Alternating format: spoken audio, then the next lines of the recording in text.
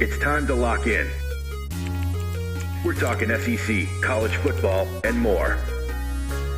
This is AP as we see it. I'm all about that action. I'm all about that action. I'm all about that action. I said I'm all about that action.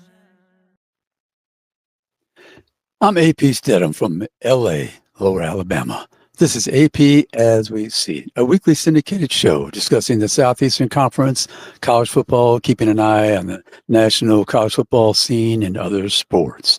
Welcome to another edition of AP as we see it. We'd like to direct our audience to all our social media platforms, our YouTube channel at AP as we see it. We have Facebook, the X account, the Instagram at AP as we see it, and also my personal social media platforms at AP Stedham. So you can check those out for all our links, and we cover games each week. So you'll see the photos, the post-game interviews, and all the excitement and pageantry from the world of college football and other events.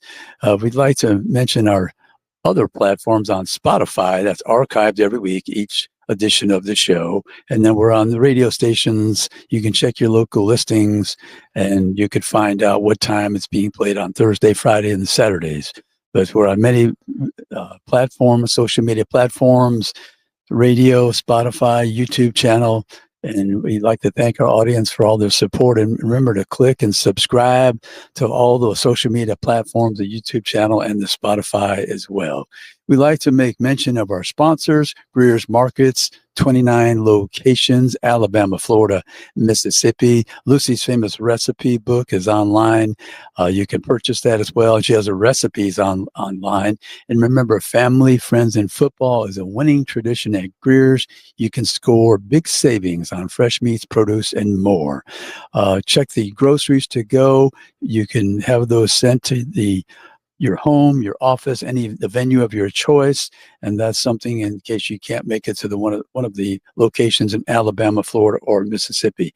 Remember, when the fall starts, they have the apples for students. You could help your nearby school by presenting your receipts to Greer's, and they can receive the supplies free of charge. So that's a big item during the school year. Greer's wants to support all the local schools and all the school systems. They have the coloring contest for children. You can check the online ads weekly. And remember, Greer's got it. They guarantee it. One of our other sponsors, Robertsdale Dental Care, 251-947-3636, Dr. Jason Northcutt. Not only are basic services offered by Dr. Jason Northcutt, but he has developed a niche within the practice providing comprehensive dental implant services, such as single implants, bone grafting, and full mouth reconstruction. Dr. Jason Northcutt has been highly trained in those disciplines to offer comfortable and long-lasting solutions to major dental problems. Come by to see Dr. Jason Northcutt and staff. Dial 251-947-3636. We'd also like to thank the Cortland Grand Hotel. They have the spacious rooms in the heart of downtown Atlanta, a beautiful indoor pool with serene tropical setting. They have restaurants and a gift shop, outstanding breakfast, and there's their lounge. Ben Giacomo and his staff are so hospitable. They do a terrific job, and I stay there all the time for various events, SEC Media Days for football and other things, the SEC Championship game. And every time I'm in Atlanta, I'll check out the Cortland Grand Hotel. So let's move on to the show. We have only literally a handful of games on tap this week in the SEC. It's not very much of a schedule as far as the amount of games available, but they're all big. Every game in the SEC is a big deal. Let's put it that way. Some of the teams that have byes this week: Auburn has a bye, Arkansas, LSU, Ole Miss, South Carolina, Tennessee, and Missouri. So like I said, there's 5 games on tap. We'll just look at a couple of them in this segment. We're going to start off with a big ball game between Vanderbilt and Alabama, and Alabama is ranked 8th. Vanderbilt is in the top 16 as well. in my poll anyway. I think they have them as at 14th, but they're 5-0, which is only the second time in 80 years that Vanderbilt's been 5-0. Remember that in the last 80 years, just twice they've been 5-0. They're coming off a win over Utah State, a big win over that team. The series between Alabama is 60 wins for Alabama, 20 losses, and 4 ties. I think this is a big challenge for Vanderbilt. They're feeling very good about their football team. Diego Pavia, the quarterback, is the leader of that team. Eli Stowers, the All-American tight end as well. But Vanderbilt's defense, 17 points a game. They're scoring 49 points a game, which is significant. They're very balanced, 200-plus yards rushing, to nearly 300 yards passing. Defensively, 278 yards a game. They surrender 199 yards through the air. And in turnovers, they're 17th in the country at 1.0. That's a plus 1.0. Alabama, on the other end, in the turnover category, they're number one in America, 1.75, plus 1.75. They're 114th in sacks, though. So, but Alabama's very balanced on. They're struggling running the football, but passing 321 yards. That's 10th in America. 122 yards rushing. They surrender 274 yards a game. Defensively, they're second in the country with their pass defense, only 113 yards, giving up 16 points per game. Diego Pavia, 75% completion, 13 TDs, 3 interceptions. He's ran for a couple of touchdowns, nearly 300 yards as well. But Alabama, with those receivers and Ty Simpson, he's 75% plus completion. He's really hit his stride now with Ryan Williams and company. I always said before the season, if the strength of Alabama's team will be the wide receivers, if the quarterback, whoever became the starter, and that is Ty Simpson, if he would get the ball to those playmakers, Alabama's offense will flourish. And then they did the last few games. They stumbled early against Florida State, and once again, after that first week, we said, be patient with your team because there's coaching adjustments. Players become better and develop, and it so happens that Alabama went on the road last week and beat Georgia in Athens. Big ball game, 24-21. They took command of the ball game early with a 14-0 lead and hung on at the end to win a big SEC showdown between top level teams. So Alabama, they're confident now. And if they can just run the ball effectively at certain times in the game, they're going to be fine because they have an excellent passing game. They don't need to be the best running team in the conference, but they do have to be able to make the short yardage on third down or in the red zone as well. But Alabama offensively, as I said, they're averaging 38 points a game, and they're going to remember this game from last year where Vanderbilt upset them on the road, put 40 points on them, including the pick six. So I know this game has not only been circled once, but probably 2 and 3 times by the Alabama Crimson Tide and their coaching staff. But Alabama's a 13.5-point favorite. And I know it's a nationally televised game. But that Diego Pavia, I tell people he's magic. He's very good. And I have complete confidence in him. And Clark Lee, the coach, he's a very effective leader. And he's cerebral.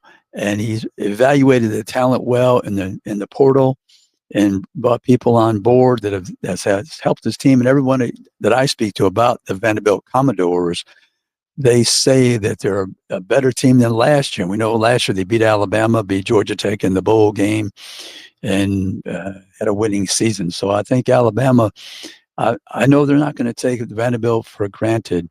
So it might be a more competitive game than the 13.5-point spread, I believe, because Diego Pavia, they don't have a lot of turnovers, and they're very disciplined.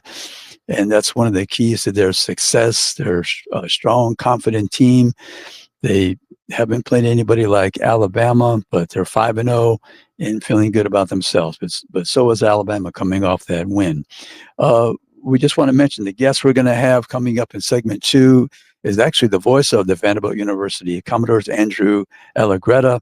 And segment 3 be Will Matthews, the University of Texas Longhorn Radio sideline reporter.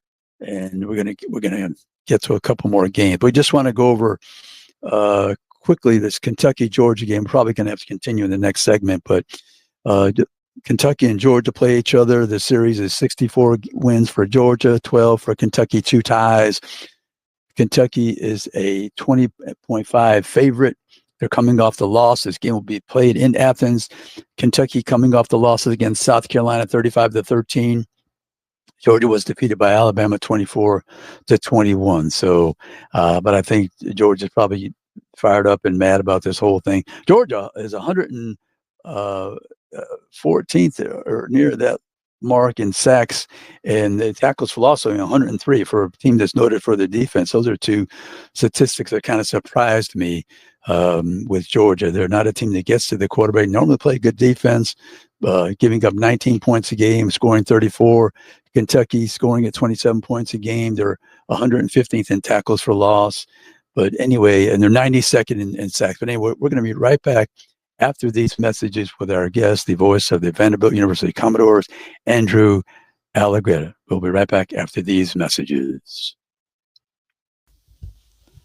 Hi, I'm AP Stedham for Greer's Markets. If you're planning a big party or for every day, shop at Greer's for delicious food, beverages, and snacks. Save time and money by checking on Greers.com and use Groceries to Go to get your Greer's groceries delivered. Look at the weekly ad for more information. 29 locations in Alabama, Florida, and Mississippi, serving the region since 1916. Remember, Greer's got it. They guarantee it. Hi, I'm AP Stedham with Dr. Northcutt of Robertsdale Dental Care. AP, not only do we offer basic full-service dental treatment, but I also have developed a niche within the practice where I provide comprehensive dental implant services, such as single implants, bone grafting, and full mouth reconstruction. I've been highly trained in those disciplines to offer comfortable and long-lasting solutions to major dental problems. Come by and see Dr. Northcutt at Robertsdale Dental Care. And we're back with AP as we see it. And our very special guest is Andrew Allegretta, the voice of the Vanderbilt Commodores. He's the director of radio and broadcasting at Vanderbilt University. Welcome to AP as we see it, Andrew. It's good to be here. Thank you for the invite. Andrew, this has to be very exciting for you as the broadcaster of Commodore football the last couple of years, especially. And Diego Pavia, I tell people he's magic. I would say so. It's been a fun 12 months or so. I'm really happy for our fan base, for sure, that has seen a number of years that certainly would be quantified as challenging, and their fandom has been tested. So the fact that they get these moments is a really unique experience for all of them. I'm really happy for our coaches and our players that put so much time into this. I'm happy, for our administration going back to 2020, 2021, where they basically doubled down on athletics, and even through 22 and 23, kind of waiting for that big breakthrough in the past 12 months or so has been all of that. So for all of these people in the Vanderbilt community, it's been a special time for sure. Andrew, when you first learned about Diego Pavia and the transfer from New Mexico State, what did you hear? And then the first time you saw him, what was your evaluation? Well, nobody needs my evaluation, first and foremost. I had heard a little bit that there would be some New Mexico State connections coming to Vanderbilt, and it's hard to know. I think one of the really challenging things about not just football, but all sports is how are things going to play up as people advance and progress through, whether it's conferences or transfer portals or whatever. So it's hard to know. I mean, you certainly knew about New Mexico State's success versus Auburn that one season. You can see the intensity and the grit with which Diego plays, but it's hard to know, right? Like until you put Diego on a field with the athletes in the Southeastern Conference, it's difficult to know how skill sets are going to play. But one thing that's certainly not quantifiable by like a radar gun with the velocity of his throws or how many bicep curls he can do is his heart. And it became pretty clear throughout the course of fall camp last year that it's huge and his confidence is massive. And, what we saw from Diego in the Netflix special, I think is pretty spot on. I think one of the best things he said in the whole documentary is when he first got here, there was this idea of, okay, well, this game is winnable at Vanderbilt. This game's not winnable at Vanderbilt. And he goes, I don't like that. Every game is winnable. And between his ears, that is 100% the truth. And Coach Lee has always had that feeling too, I think. He needed a player on the field to carry that message to the locker room. And the two, as well as Jerry Kill and Tim Beck and everybody else, but the two have been such a unique pair that's been able to, basically shock the system of Vanderbilt and find some success the past 12 months. Mm-hmm. Andrew, when you were broadcasting that Alabama game last year, was that the best moment for you so far as a broadcaster for the Commodores? Short answer would be yes. If you're going to talk about on-field results, it's certainly the biggest. I do a lot of work with our baseball program. We've had multiple SEC championships down in Hoover the past couple of seasons. That's been a lot of fun as well. Yes. There's been a ton of great players and great individual moments. Even the Auburn victory last year was a really big deal too, to clinch bowl eligibility. As you kind of try to make your way up the ladder of success, that's something that you have to cross off the list, and they did. So that was a big deal too. But I will always, for sure, and again, for the students and for the alumni base and the community, to sit up there in the press box and watch the students storm the field and take down the goalpost and watch them walk it out of the stadium and the whole bit, and just that night is something that will certainly stick with you for sure. Now, we know about Diego Pavia, and I describe him to people, if you see him physically, he looks more like a soccer player. He's kind of compact. He's not tall and lanky, but he performs spectacularly during the game, and he's a tremendous leader. But I know there are other people that you would like to discuss on this Vanderbilt football team on the offensive side. They have a couple of good receivers as well. What are the names that we should look for during this Alabama game? I would actually probably start with the offensive line, to be frank. Line. Just because of the way that they've been able to perform through 5 games. They've been physically really tough and physically really dominant versus a couple of Power 4 teams at Virginia Tech and South Carolina. They dominated the second half, and it's because of the physicality up front. One of the really interesting, at least I think so, stories about the offseason for Vanderbilt, it's, they've got their transfer portal resources, and you can, no matter how many resources you have, at some point they're finite, and you have to direct them where you think you can make the biggest impact for your program. And, they could have gone out and attacked the running back position. They've got good running backs, but they could have attacked it, or receiver, or whatever. And they said, no, we're going to go move our chips in on offensive line. And they brought in one of the best centers in the country, Jordan White, from Liberty. They brought in a really good, they call them strong tackles and quick tackles, not left and right. But they brought in a really good quick tackle by the name of Isaiah Glass, who's been good so far. They brought in a great strong tackle by the name of Bryce Henderson. He's like 6'8", came from South Dakota. They've been able to move some pieces around into better spots this year than last year. So I would highlight the way the offensive line is played. And again, obviously the challenge elevates when you've got, crimson and white across from you on Saturday. But the way they have played so far is a real highlighter on the decisions the program made in the offseason to augment the offensive line. It was a smart evaluation by the head coach and the staff as well. I always tell people, if you have a quarterback that's above average and the offensive line as a unit can protect the quarterback and run the football, you've got an excellent chance, because you're helping your defense, keeping that prolific offense and the other team possibly on the sideline. So if you're strong at those two, the quarterback and the offensive line, you've got an excellent chance to win football games. Eli Stowers, the tight end, All-American, he's been around himself in the transfer portal a couple times. Yeah, so he started as a quarterback at Texas A&M. Was a high school quarterback, actually played games against Quinn Ewers and all of that sort of stuff down in Texas. And then ultimately it just got to a point where that wasn't going to be his long-term future.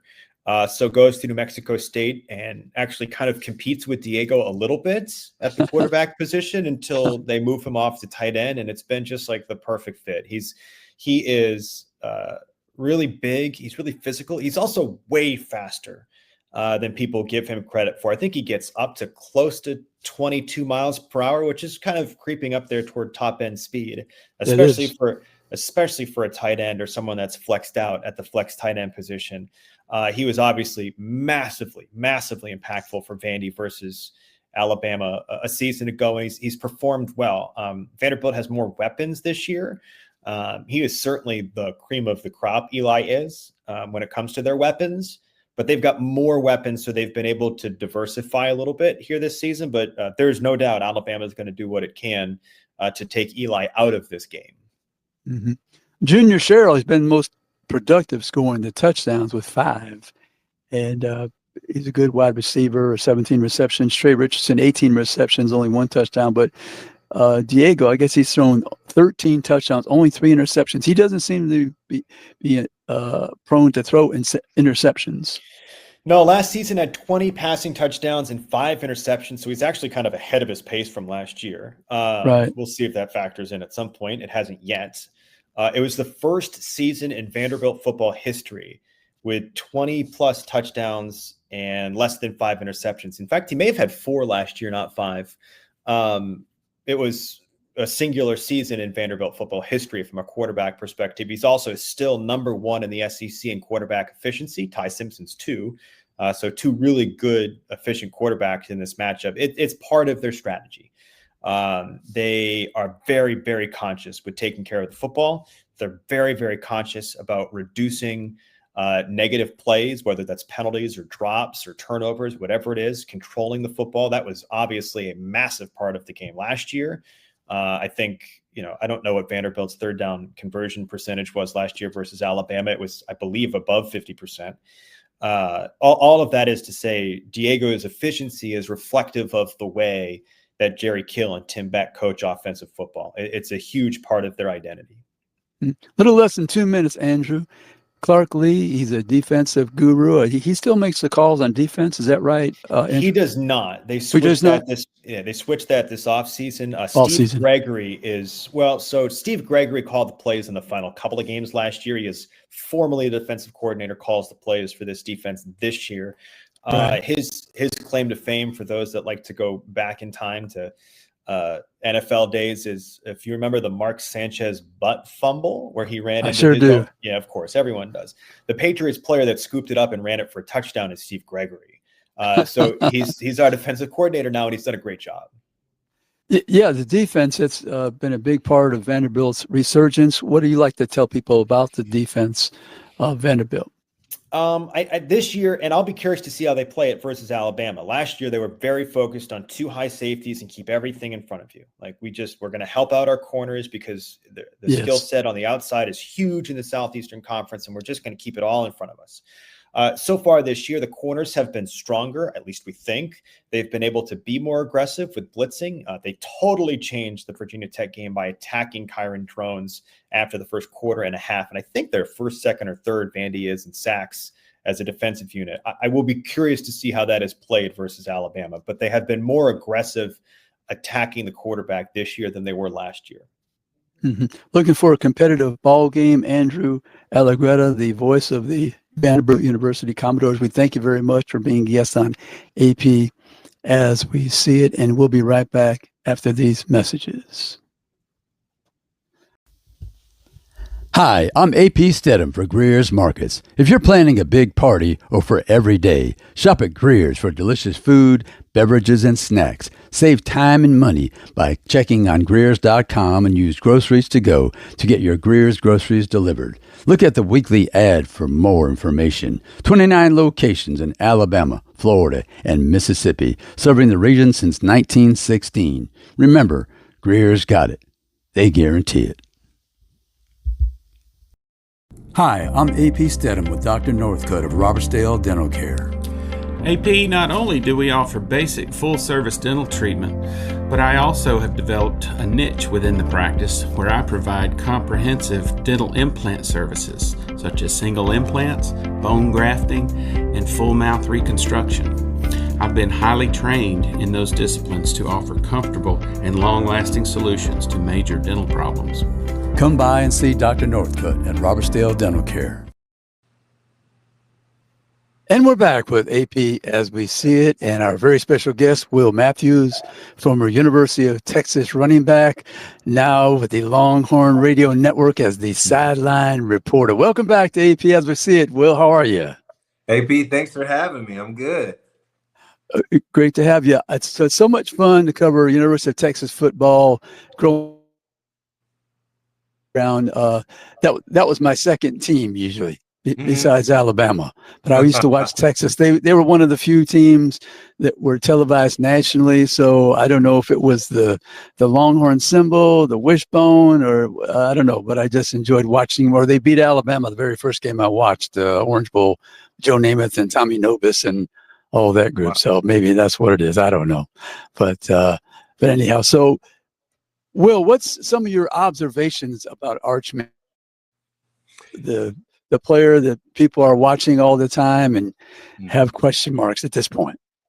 It's such an interesting thing, as people who are close to the sport as we are, you get to see the hype and you get to see it continuing to grow. And the guy, he walked into the season with 2 starts from last year, not many, relevant reps outside of those 2 when Quinn Ewers was down last year. And we were asking him to be the already finished product. And, we found out really fast that, like most humans, you need a little bit of ramp up time. Yes. And, the young man has really taken it in stride. I'm impressed by the way that, he's gone out to the media. He's taking responsibility for the things that he could. And, he's played a little bit better every week. And this game, especially at this level, the difference between a win and a loss can be barely anything. And we saw that Ohio State, some mistakes there early on the offensive side. Defensive played really, really well, especially going into the shoe in the way that they did. And, the subsequent opponents, he's taken strides. And he's done his thing. We can tell that he's a super physical guy and runs the ball well and he's got a great arm. And so I'm excited to watch him take another step and begin to start to put it together for this offense. Right. He had those moments against Ohio State, a top-rated team. They're the top-rated team now, and he was going against Julian Sang, another young quarterback, and it was a low scoring. So both quarterbacks were trying to develop and happened to meet that very first game. But I think the schedule's worked out in his favor. He's had teams that weren't the strongest with the talent. So now he's headed to the University of Florida in Gainesville, hostile environment. How do you see this matchup, Will, against University of Florida? As I dig into Florida, you kind of start to see a similar story. Florida's defense, their front seven, they've got some really great players, and of course, like many teams like Ohio State, Texas, and SEC teams, a significant portion of their guys went to the NFL, like they should.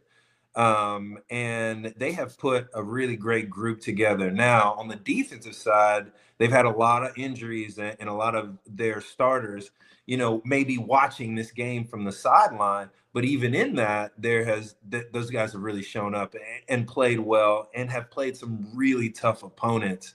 As we have seen in the Miami game, I mean, Miami is number 2 in the country. And, they could, there's some arguments they could be number 1 in the way that they're playing.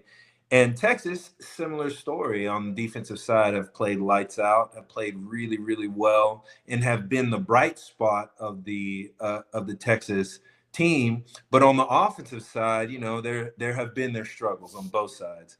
Lagway over there is an exceptional talent, but I mean, even from the off season and last year, it hasn't been very long that he's played without injury. We're hearing reports out of Gainesville that he was walking around in a boot, and nowadays that's really preventative, and there's a lot of reasons for that, which we don't know. And he's had a lot of injuries, and so how is that offense going to rally around him? How well is he going to play? And kind of a similar story with the offense from Texas.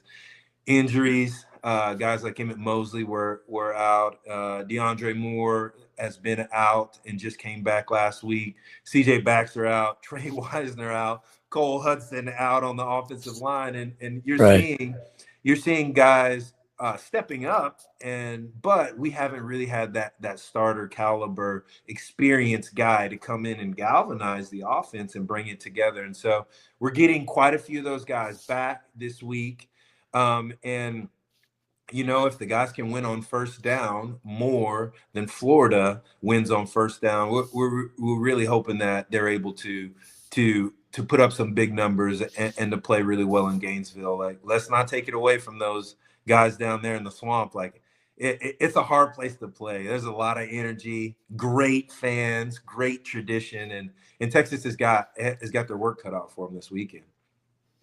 Yeah, Texas has relied on their defense, 7.5 points a game or so, or almost just under 8 points, and one of the tops in the country, fourth in the country nationally. But the offense has been balanced, 200 plus in the passing, 200 plus in the rushing. Will, do you think the roster this year that Texas presents each week is as talented as in let's say the last 2-3 years?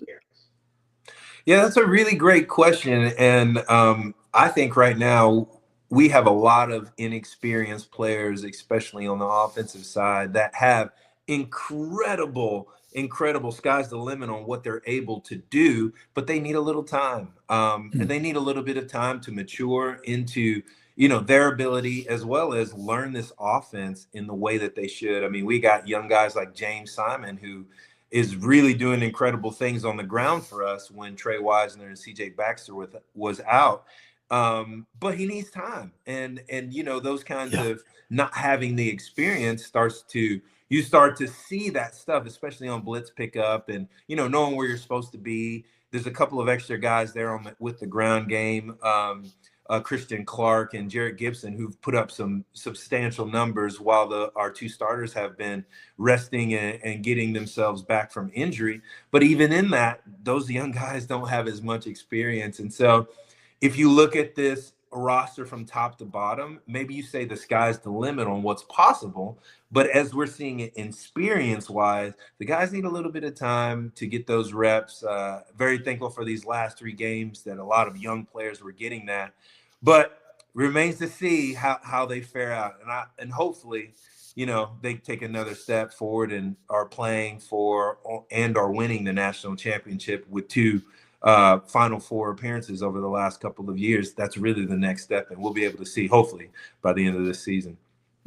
Well, what's some of the noise you hear from the alumni and faithful about this Texas team right now? Yeah, everybody is so excited. I think this place is a very special place for football. The expectations for the team are incredibly high. I think Coach Sark has earned the right to have those kinds of expectations by, like I said earlier, 2 trips to the Final Four, playing Washington and then playing Ohio State last year.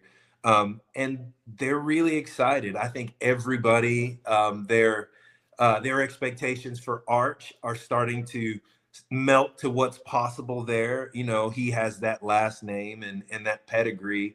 And so who knows where he's going to end up. But everybody is so ravenous about this season. I think with our entry into the SEC and really getting in a foothold, being able to play some of the best, beat the best, and lose to the best as well. We're so excited to be able to. We feel like the SEC is our country, and we're home, and that makes it that much more special. And you're going to see a lot from these Longhorn fans. They travel well. You mentioned a few players. That anybody else you think might break out is on the verge of breaking out? Offense, defense, special teams. Yeah, I think it's a great question. I've been watching Ryan Niblett. Ryan Niblett has really done a great job, specifically punt return, kickoff return. He had a couple of long returns last week and subsequent weeks. But also, Coach Sark had been using him almost as that slot back, running back, moving them around for the jet sweeps and motions because of his speed. That's been really awesome to watch. Defensively, Grayson Littleton, that young buck has really been playing well. He saw a lot of incredible snaps against Ohio State. He was targeted and every time seemed to step up to it. Jeremiah Smith was very quiet that day against Texas, and a lot of that had to do with Grayson Littleton. And on the offensive side, I am ready for the ground game to take another step. I'm ready to see Trey Wisner this week do his thing, and hopefully with the injuries behind him and ready to go, this offensive line is going to be hungry and ready to push some people around.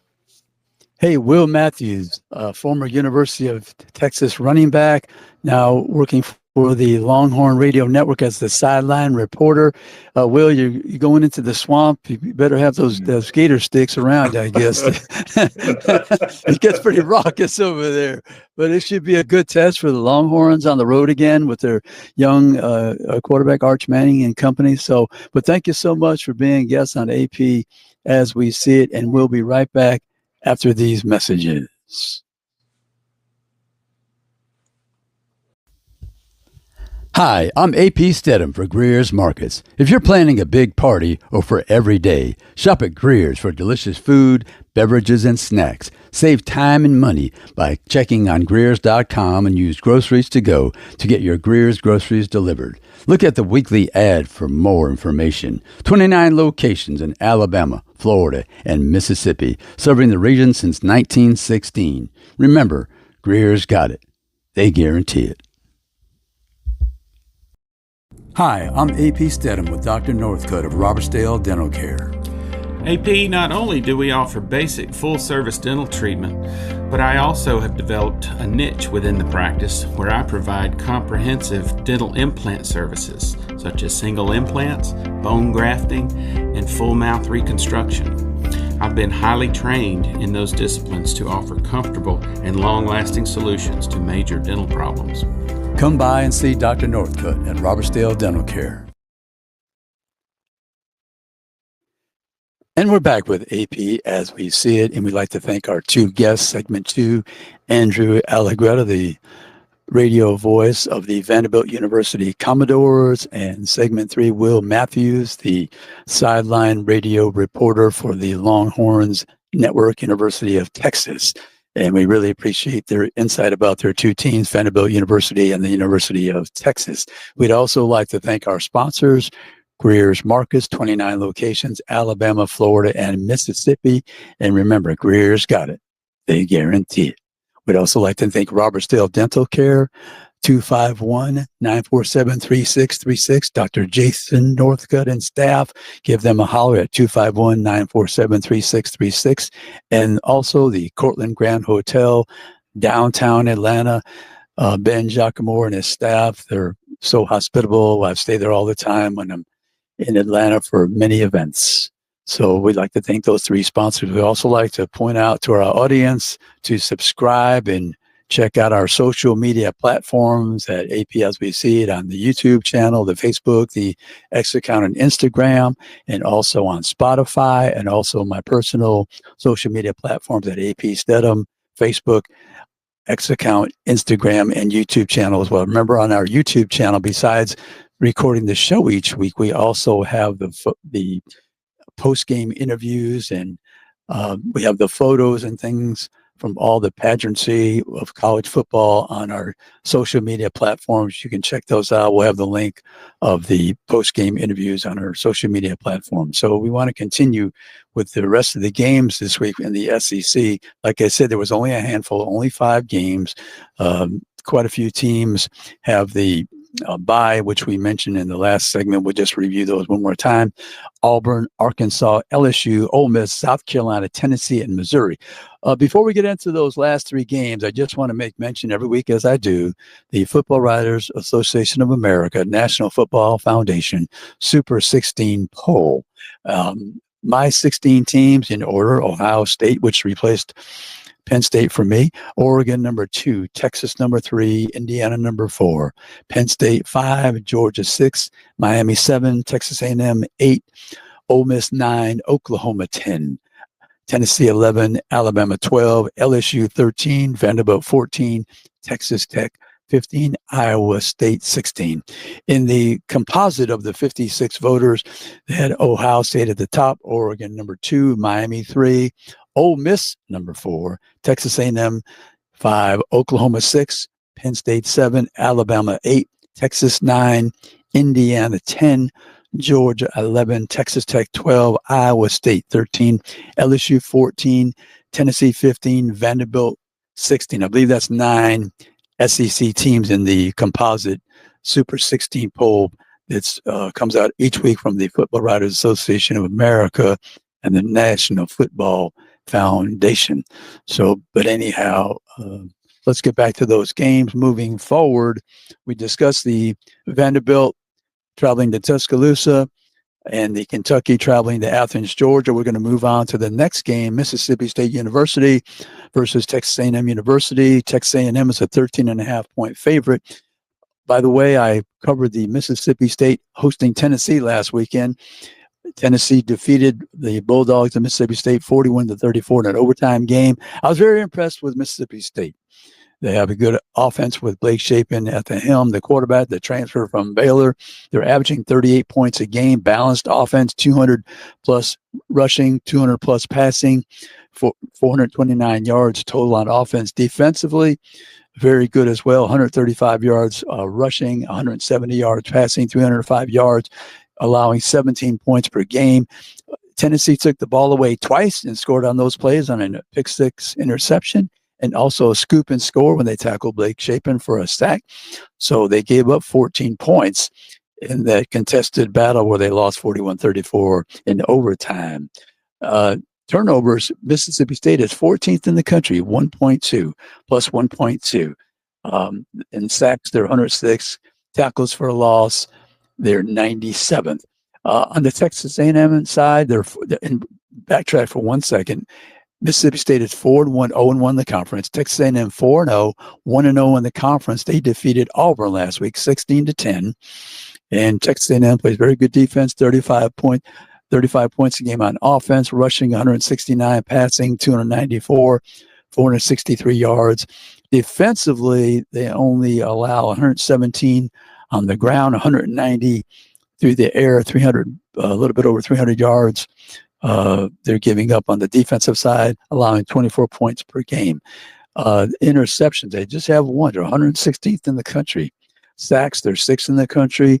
Tackles for loss, they're 9th. Turnovers, they're minus 0.25, minus 2.5. So this ball game, I'm not sure. Mississippi State, they play Tennessee so tough. They're going on the road. Texas A&M, they've been on the road, defeated Notre Dame in a tight ball game up at South Bend. Can Mississippi State rally? I'm not sure, but Marcel Reed is playing very good football at the quarterback position for Texas A&M. I think it's probably less than this 13.5-point spread. That's my feeling, because I think Mississippi State, Jeff Lebby, he did very well in the transfer portal and evaluating and acquiring talent. Blake Shapen is a good quarterback. I think if he can get rid of it more quickly, it'd be to his advantage, because Texas A&M, like I said, are 6th in sacks and tackles for loss 9th. So he needs to act decisively and in a timely manner. Moving on to the next game, it's really an exhibition, as I call it. Kent State at 1-3, 0-1, coming from the MAC. Just backtrack 1 second. Mississippi State and Texas A&M, that series is tied 9-9. And matter of fact, they honored the Mississippi State team that beat Texas A&M in the Independence Bowl in the year 2000. And Jackie Sherrill was coaching. It was snowing. That's a memorable game in Mississippi State's history. They won that game. I think it was 41-38. But anyway, Kent State out of the MAC, 1-3, 0-1 in their conference. They're playing Oklahoma, the number 6 rated team in the Super 16 poll. Oklahoma's a 45.5-point favorite. They're had a bye last week. Kent State had a bye last week as well. Oklahoma's 4-0, 1-0 in the conference. Oklahoma leads the series 1-0. I don't think there's any need to go over too many of the stats. It'll be a dominant game for Oklahoma. Oklahoma's first in the country in sacks, 4 per game. Tackles for loss, they're 3rd. But a strange stat with Oklahoma, if they're going to play in these tight ball games that are usually highly competitive, they're 128th in the country, minus 1.5 So that's something to watch out for with this Oklahoma team, because I'm not sure they can continue with that negative trend when they're playing these other teams that are similar in talent and highly ranked. So Oklahoma, they've got to do a better job of holding on to the football. Our last game on the schedule, the Texas Longhorns, 3-1, 0-0 in the conference. They had a bye last week to the number 9 team. They're playing University of Florida. Florida's 1-3, 0-1 in the conference. They had a bye last week. This series is in favor of Texas, 3-0 and 1 tie in the series. Texas 7.5 point favorite in this ball game. It's still the continuing saga of Arch Manning. Can he play better at the quarterback position? Texas is led by their defense, only 7.5 points, 7.8 points per game. That's 4th in the country. Their turnovers, it's a positive 0.75. Offensively, they're balanced. 200 plus yards rushing, 200 plus yards passing, 438 yards total. Defensively, only 59 yards they're allowing on the ground and only 151 through the air. So 211 yards total, 4th in the country. Arch Manning, his stats to this point, 65 completions, 106 attempts, 888 yards, 61%, 9 TDs, 3 interceptions. He's run for 123 yards on 28 attempts, 5 TDs. So he's accounted for 14 touchdowns right now. University of Florida, they're averaging 22 points per game. The DJ Lagway and company, they struggle offensively, running the ball for 100 plus yards, passing for 200, only 328 yards, which is 113th in the country on offense. Defense, they're pretty good, allowing just 111 yards, 173 through the air, 284 yards. That's 22nd in the country. They're allowing just 16 points per game, which is 24th. So these are two interesting states, because if you look at their high school football, everybody recruits Texas. Every conference, almost every university in the country, far and wide. And the same thing with Florida. Florida is a state noted for their speed, but people come from all those conferences, the same as Texas, around the country to recruit the state of Florida and the state of Texas. And these teams should really never, they're the flagship university for each state. They should never have down years, but in the last 20 years, it's been a roller coaster city for both teams, one in Austin and one in Gainesville. So right now, Florida, Billy Napier is on the hot seat. Steve Sarkisian, the highest of expectations at the University of Texas to get back to the playoffs and win the SEC, at least be in the championship game, but at the minimum, make the college football playoff as one of the 12 teams to earn a berth. Florida is trying to survive under Billy Napier. But anyway, we want to thank our sponsors once again, Greer's Markets, Robertsdale Dental Care, and Cortland Grand Hotel, downtown Atlanta. We want to thank our guest, Andrew Allegretta, from the Vanderbilt University radio team, and Will Matthews from the Longhorn Network, University of Texas. And that's another edition of AP As We See It, and we'll be back next week. Thank you very much. Hi, I'm AP Stedham for Greer's Markets. If you're planning a big party or for every day, shop at Greer's for delicious food, beverages, and snacks. Save time and money by checking on Greer's.com and use Groceries to Go to get your Greer's groceries delivered. Look at the weekly ad for more information. 29 locations in Alabama, Florida, and Mississippi, serving the region since 1916. Remember, Greer's got it. They guarantee it.